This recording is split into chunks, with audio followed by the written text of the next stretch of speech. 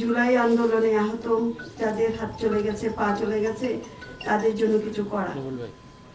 একই সাথে আমার যেটা মনে পড়ে, যখন আমরা প্রথম এই দায়িত্ব নিয়ে আসলাম, হাসপাতালগুলো ভিজিট করার পরে যেই চিত্র আমাদের সামনে চলে আসলো, অনেকগুলো ছেলে যাদের চোখ হারিয়ে গেছে, কারো পা চলে গেছে, কারো হাত চলে গেছে, কেউ বিছনায় কাতরাচ্ছে, নিটোরে, নানান জায়গায়। তখন বুঝে উঠতে পারছিলাম না যে আসলে এগুলিকে আমরা সামাল দিব কি করে। এর পরবর্তীতেই প্রধান উপদেষ্টার সহযোগিতায় এবং অনারেবল অ্যাম্বাসেডর চায়নার সাথে আমাদের কথা হলো মিনিস্ট্রিতে। এর আগে আমরা চাইলাম, আমাদের নিমসের প্রাক্তন ডিরেক্টর দিন মোহাম্মদকে বললাম যে এগুলো, এর মধ্যে আমরা ফাহিম বলে একটা ছেলেকে পাঠালাম বিদেশে। এখানে যে রোবটটা আমরা দেখলাম হাঁটি হাঁটি পা পা করে হাঁটছে, সেরকম একটা রোবটের কিছু চিত্র, তার ছবি সব পাঠিয়েছিল। তখন দিন মোহাম্মদকে বললাম এই জিনিস না থাকার কারণে আমাদেরকে পাঠাতে হচ্ছে বিদেশে, এইটা কিভাবে পাওয়া যাবে, এটার ইন্টারনেটে দেখে একটু কিছু খোঁজ করতে পারেন কিনা দেখেন। শিয়া বাটার ও ভিটামিনে সমৃদ্ধ লিলি বিউটি সোপ, তারুণ্যময় উজ্জ্বল ত্বকের জন্য।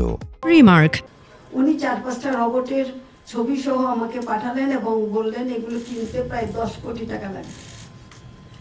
তখন আমার কাছে 10 কোটি টাকা মানে অনেক, এত টাকা কি করে, কিন্তু তখনও জানতাম না যে সরকারের হাজার হাজার কোটি টাকা খরচ হয় এই স্বাস্থ্য ব্যবস্থাকে ঠিক রাখতে কিংবা সচল রাখতে।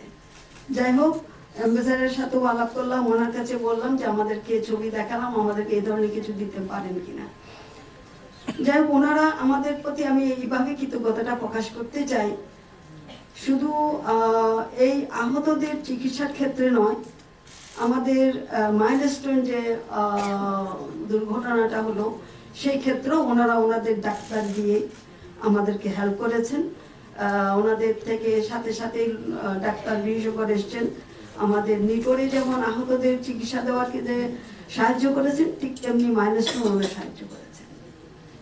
তো এখন পরবর্তীতে যেটা আসলো যে কতটা রোবট, আমি কিন্তু এতটা আশা করিনি। আমার ধারণা ছিল, কারণ আমি বলেছিলাম এরকম যে আমাদেরকে যদি 10-15টা রোবট তোমরা দিতে পারো তাহলে আমাদের এটা আমরা একটা কিছু সেন্টার শুরু করতে পারি।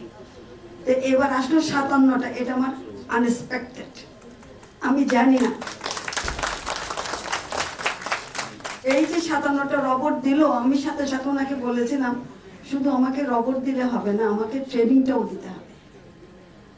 ওনারা আমাদের 27 জনকে এ পর্যন্ত ট্রেনিং দিয়েছেন। ওনাদের একটা গ্রুপ এসে এখানে প্রায় অনেকদিন তারা ছিলেন, তারা আমাদের লোকজনকে ট্রেনিং দিয়েছেন। আমি কৃতজ্ঞতা প্রকাশ করছি তাদের কাছে, যারা এই ট্রেনিং দেওয়ার জন্য চায়না থেকে, শুধু চায়না থেকে এখানে এসছেন, আমাদের লোকজনকে ট্রেনিং দিয়েছেন, এবং কৃতজ্ঞতা প্রকাশ করছি যারা এই ট্রেনিংটা নিয়েছেন।